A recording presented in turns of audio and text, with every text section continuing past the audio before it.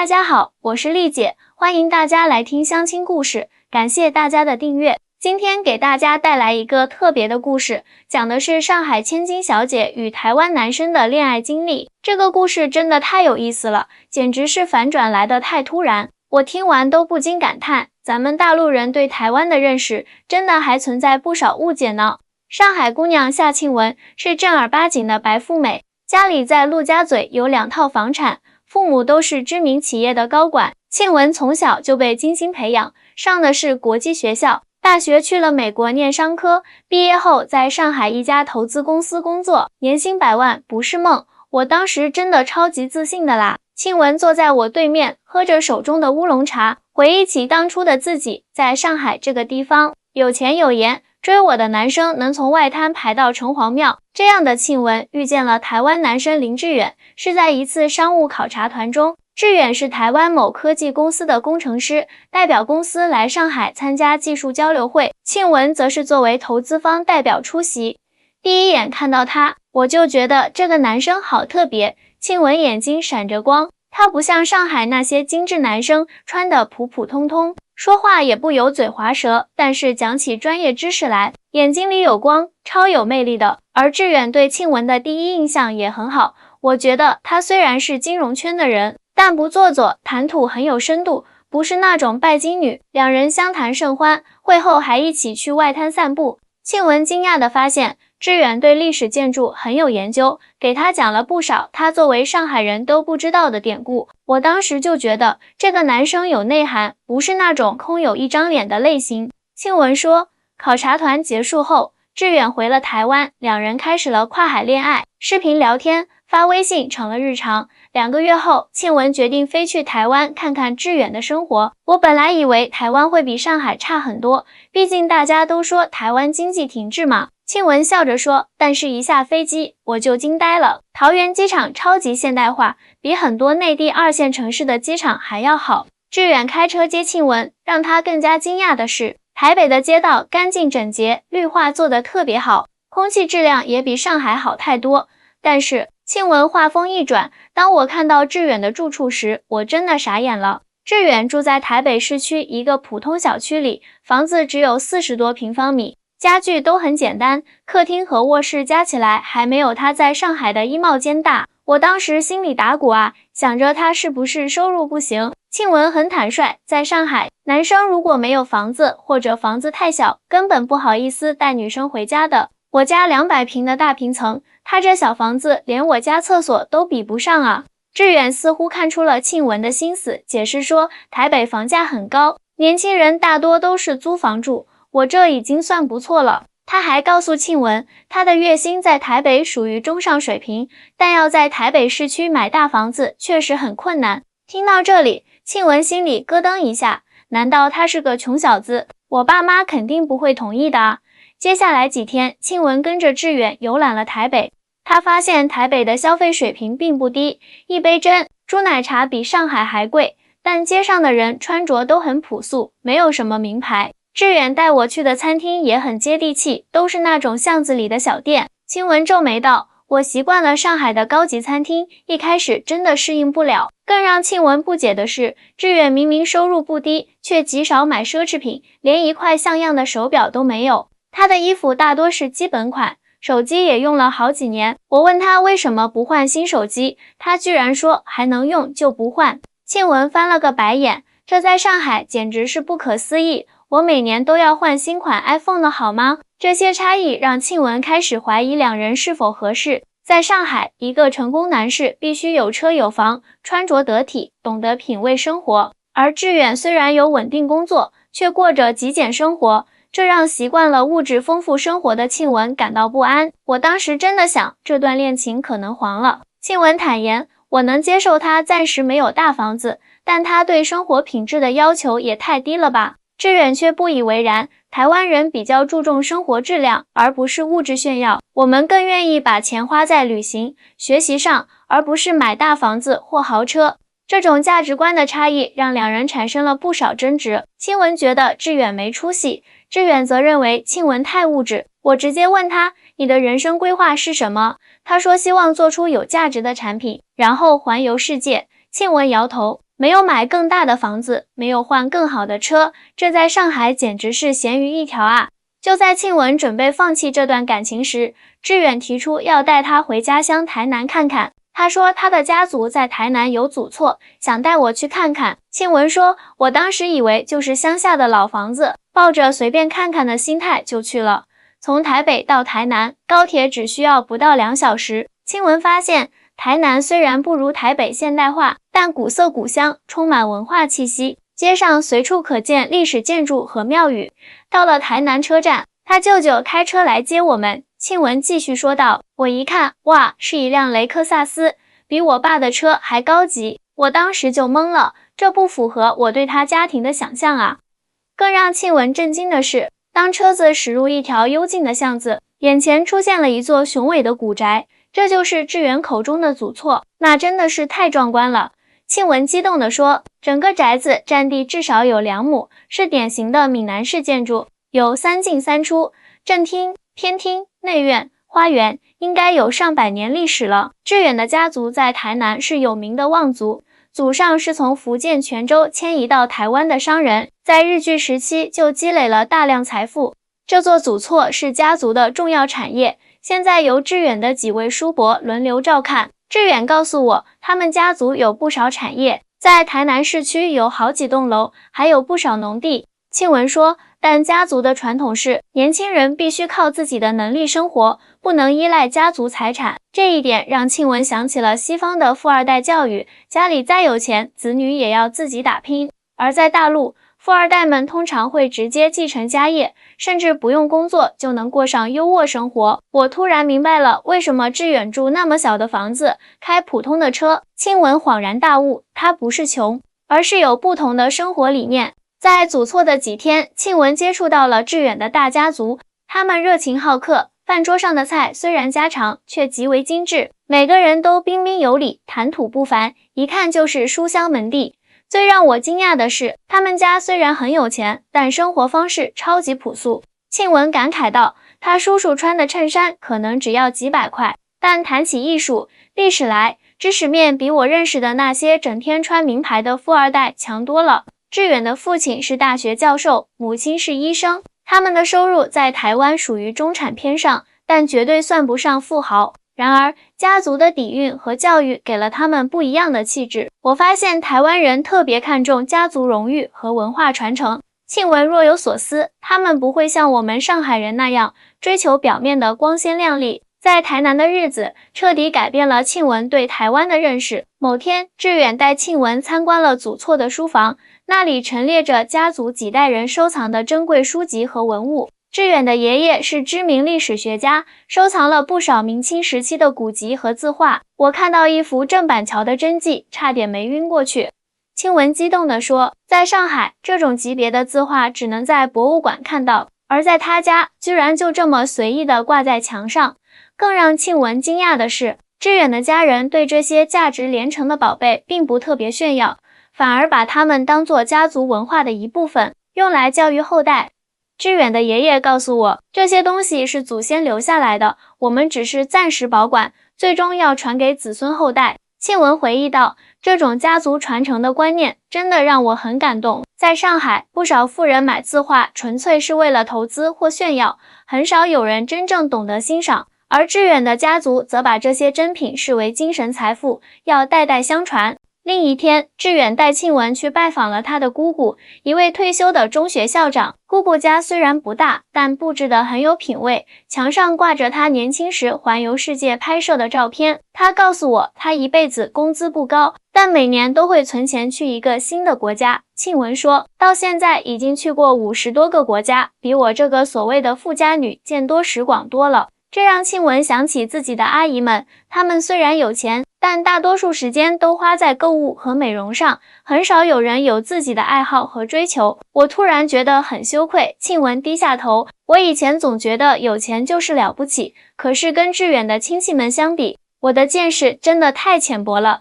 在台南的一周，庆文去了不少当地人爱去的地方，历史悠久的庙宇、文创园区，隐藏在巷弄里的老店，这些地方游客不多，但每一处都有深厚的文化底蕴。志远带我去的一家牛肉面店，居然是100年老店，连台湾前总统都来吃过。庆文回忆道，但店面超级小，一点都不起眼，完全没有上海那种网红店的浮夸装修。这让庆文明白了，在台湾，真正有价值的东西往往不是表面上看起来最光鲜的。台湾人更注重内在质量和历史传承，而不是表面的奢华。有一天晚上，我们去夜市，志远的表哥开着保时捷来接我们。庆文笑着说，我当时就震惊了，问他表哥是做什么的。志远说他表哥是科技公司高管，年薪上千万新台币。但让庆文意外的是，志远的表哥虽然开豪车，穿着却很普通，完全看不出是个有钱人。在夜市吃小吃的时候，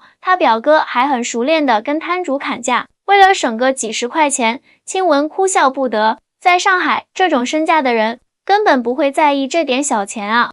志远解释说，这就是台湾人的家底文化，有钱不一定要显摆，低调做人才是真正的智慧。台湾那些真正有钱的家族，大多都很低调。志远说，他们可能开普通车，住普通房子，但银行存款和固定资产却很惊人，这和大陆的炫富文化完全不同。庆文想起上海的一些暴发户，动不动就要展示自己的豪宅豪车，在朋友圈晒名牌包和高级餐厅。相比之下，台湾富人的低调内敛让他肃然起敬。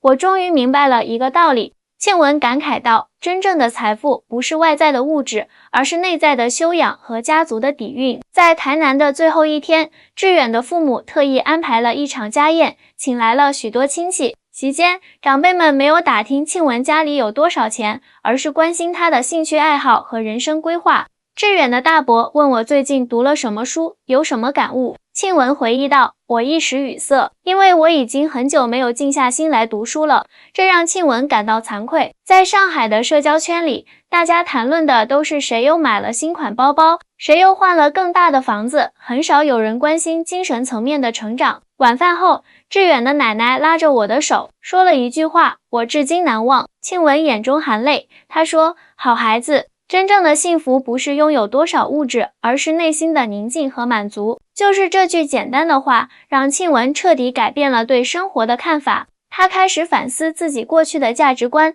是否太过注重外在的物质追求，而忽视了内心的成长。回台北的高铁上，我问志远为什么不早告诉我他家境很好。庆文说，他说他想找一个爱他这个人，而不是爱他家产的女孩。这句话让庆文更加感动。在上海，多少人因为房子、车子而结合，却忽略了彼此是否真正合适，而志远却希望找到真正懂他的人。那一刻，我觉得自己太幸运了。庆文微笑着说，我差点因为表面的物质条件，错过了这么优秀的人。回到台北后，庆文对这座城市有了全新的认识。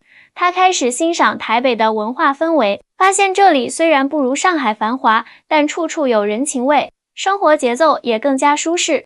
我突然明白了，为什么那么多大陆人喜欢来台湾旅居。庆文感慨道，这里的生活质量真的不是用钱能衡量的。在台湾的最后一天，志远带庆文去了阳明山看日落。夕阳下，整个台北市尽收眼底，美得令人窒息。他问我对台湾的印象如何，庆文回忆道，我告诉他，我以前太井底之蛙了，一直以为大陆的发展比台湾好很多，现在才发现台湾的生活品质和文化底蕴一点都不输给大陆。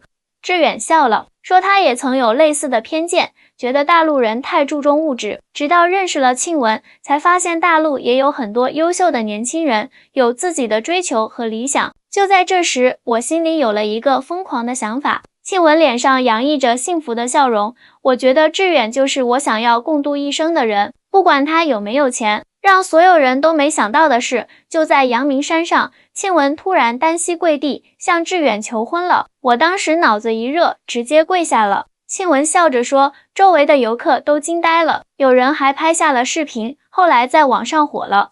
庆文告诉志远，这几天的经历让他彻底改变了价值观，他爱上的不只是志远这个人，还有他代表的生活方式和家族文化。我告诉他，我不在乎他现在住小房子，开普通车。庆文坚定地说，重要的是他有上进心。有家族的支持，最重要的是我们彼此相爱。志远被庆文的勇气感动了，当场答应了求婚。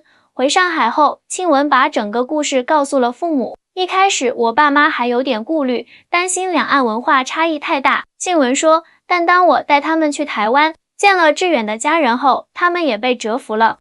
庆文的父母发现，志远的家族虽然不像他们那样高调富有，但在台湾当地却是非常受人尊敬的世家，而且志远家族的教育理念和文化底蕴比单纯的物质财富更有价值。现在我和志远已经订婚了，计划明年结婚。庆文幸福地说，我们决定在台北和上海各办一场婚礼，让两边的亲友都能参加。订婚后，两人开始筹备婚礼，这个过程充满挑战，也带来了更多文化碰撞和思考。筹备婚礼真的太折腾了，庆文苦笑着对我说，光是婚俗差异就让我头大。在台湾，结婚讲究6礼传统，包括纳采、问名、纳吉、纳征、请期、亲迎。虽然现代婚礼已经简化了不少，但基本流程还是要遵循。而上海的婚俗则融合了现代和传统元素，比台湾更加灵活。最让我惊讶的是，台湾的订婚6礼居然要准备12样东西，还必须是双数。庆文说，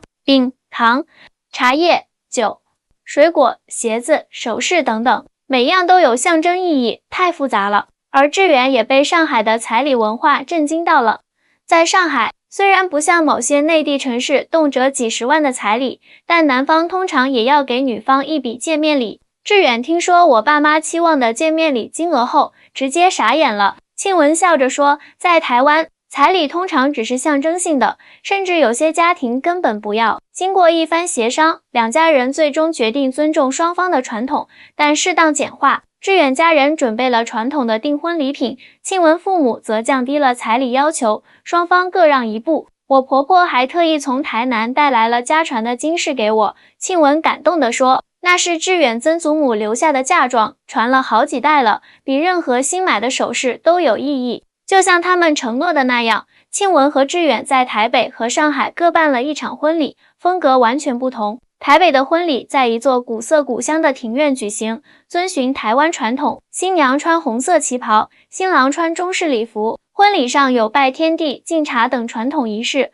处处显示着对长辈的尊重。台湾婚礼特别讲究礼数，庆文回忆道，敬茶的顺序、称呼的方式都有严格规定，我提前背了好久才没出错。让庆文印象深刻的是，台湾婚宴上的餐点虽然豪华，但几乎没有浪费。客人们会把吃不完的菜打包带回家，这在大陆的高档婚宴上是很少见的。台湾人真的很惜福，庆文感慨道。在富有的家庭也会注重节约，这种态度值得我们学习。而在上海的婚礼则更加现代化，在5星级酒店举行。庆文穿着白色婚纱，典礼上融入了不少西式元素。上海婚礼更讲究排场。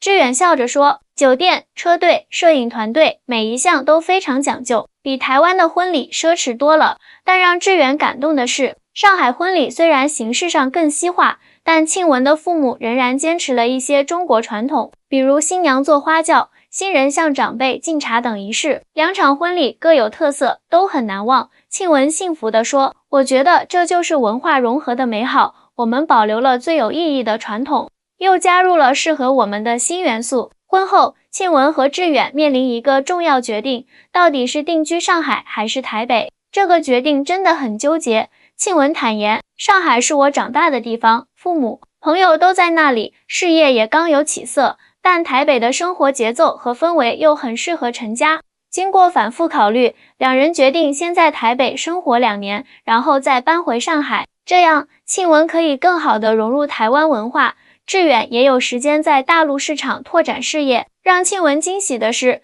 志远的父母送给他们一套位于台北信义区的婚房，虽然不大，但地段极好，步行就能到台北101。志远的爸爸告诉我，这套房子是他们年轻时候的第一套房子，有很多美好回忆。庆文感动地说，他们希望我们也能在这里创造自己的回忆。庆文很快适应了台北的生活，并爱上了这座城市的慢节奏。他利用在台湾的时间，深入了解当地文化，甚至开始学习闽南语，融入志远的大家族。我发现台湾的生活虽然不如上海繁华，但更有人情味。庆文说，邻居们都很热情，街坊邻里互相照应，这在上海的高档小区几乎是不可能的。志远也在积极适应与大陆女婿的身份，努力理解庆文的家庭文化和上海的社会规则。我婆婆特别耿直，一开始经常直接批评我的生活习惯。志远笑着说，后来我才明白，这是上海人表达关心的方式，并不是真的挑剔。在台北生活期间，庆文并没有放弃自己的事业，他利用网络远程工作，同时探索台湾与大陆的商业合作机会。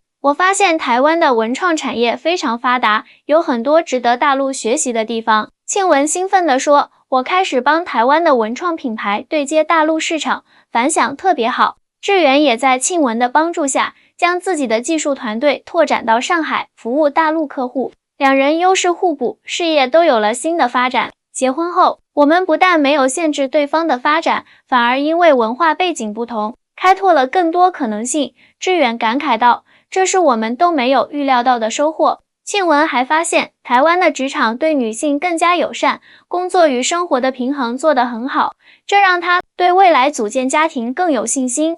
在上海，很多职场女性生完孩子后面临职场歧视，庆文说，但在台湾，公司会提供更多弹性工作安排，帮助女性平衡事业和家庭。2年后，当庆文和志远带着1岁的女儿回到上海定居时，庆文已经完全变了一个人。如果没有遇见志远，没有去台湾生活，我可能还是那个只看重物质、不懂得生活的拜金女。庆文坦言，台湾教会我如何真正富有，不只是口袋里的钱，更是心灵的富足。志远也因为与庆文的婚姻变得更加开阔和进取，他把台湾家族的传统美德与大陆的创新精神结合起来，在事业上取得了更大的成功。我们的婚姻是2种文化的融合，志远深情地说，就像台湾和大陆，表面上有差异，但根源是相通的，只要愿意理解和包容，就能发现彼此的优点。现在，庆文和志远的故事在两岸年轻人中广为流传，成为跨海恋情的美好典范。他们的家也成了两地亲友往来的重要纽带。每年春节，我们都会在上海和台南轮流过。庆文笑着说，女儿从小就接触2种文化，能说流利的普通话和闽南语，这是我们能给她的最宝贵财富。